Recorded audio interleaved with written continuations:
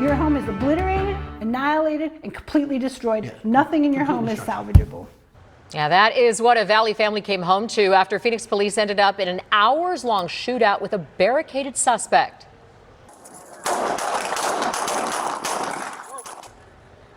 You might remember the tense standoff. We brought it to you live last May. The SWAT situation ended with a man in handcuffs. Williamson's home was unlivable. Yeah, now nearly a year later, family says they're still trying to get the city to pay for some of the damage. The family telling their story exclusively to ABC15's Zach Crenshaw, who's pressing the city about why they haven't given this family a dime. Someone said, hey, what's the last year been like for you guys? Absolute hell. 998 32nd Street in Rosemont. May 24th, 2022. Get down on the ground! Brian and Justina Williamson had just left with their teenage daughter for summer vacation when a neighbor called. He's like, they're shooting at your effing house. And I hear in the background, pop, pop, pop, pop, pop, pop, pop, pop, pop. Officers were in a shootout with Jose Chacon. The carjacking suspect had smashed his way into the Williamsons' house, found some guns, and started firing at the cops outside. They estimated approximately 500 rounds were exchanged. And the officers didn't just shoot bullets. It became more of like an explosive and chemical battle.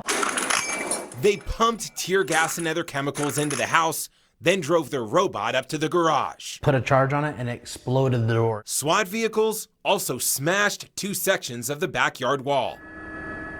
When Chacon finally emerged through the roof, The house wasn't even approachable, much less livable. But Brian and Justina say the police-related destruction didn't end after the arrest. They ransacked this place. There's a couple bullet holes still in here. and it got worse. Whole house looked like this. The couple says crime scene investigators somehow tracked white paint and glue across their property. There wouldn't have been nearly as much damage, but the entire floors had to be replaced.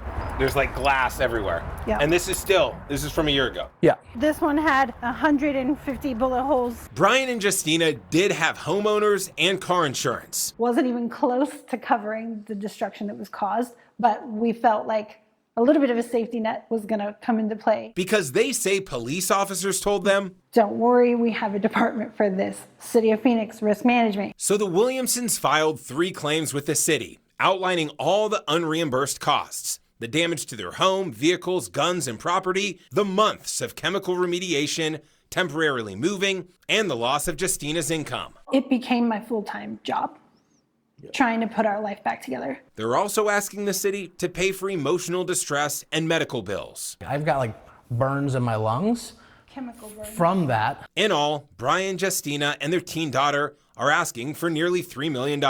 We just want to be made whole. Like, we're not going to get rich off this deal. The Williamsons said the city was unresponsive for months before offering $25,000. When you heard that they offered 25 grand, what did you think? It was pretty insulting considering the magnitude of damage. Felt like the biggest sucker punch in the world. It would have been easier for us if the house had just burned down. Yeah.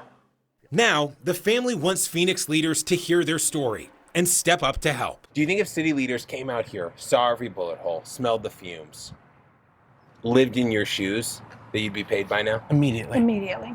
Yeah. I guarantee you no city official Would live like would this. have had their house like that for a year. Now, a spokesperson for the city manager declined our interview request, saying they don't comment on pending legal claims. But after we started pressing, the Williamsons say an attorney for the city reached out about mediation. I'm investigator Zach Crenshaw, ABC15 Arizona. Well, you might be wondering what happened to the suspect who started all of this. Well, in March, Jose Chacon was sentenced to 17 years in prison. If you have a similar story dealing with a city's risk management team or an investigative tip, contact the ABC15 investigators.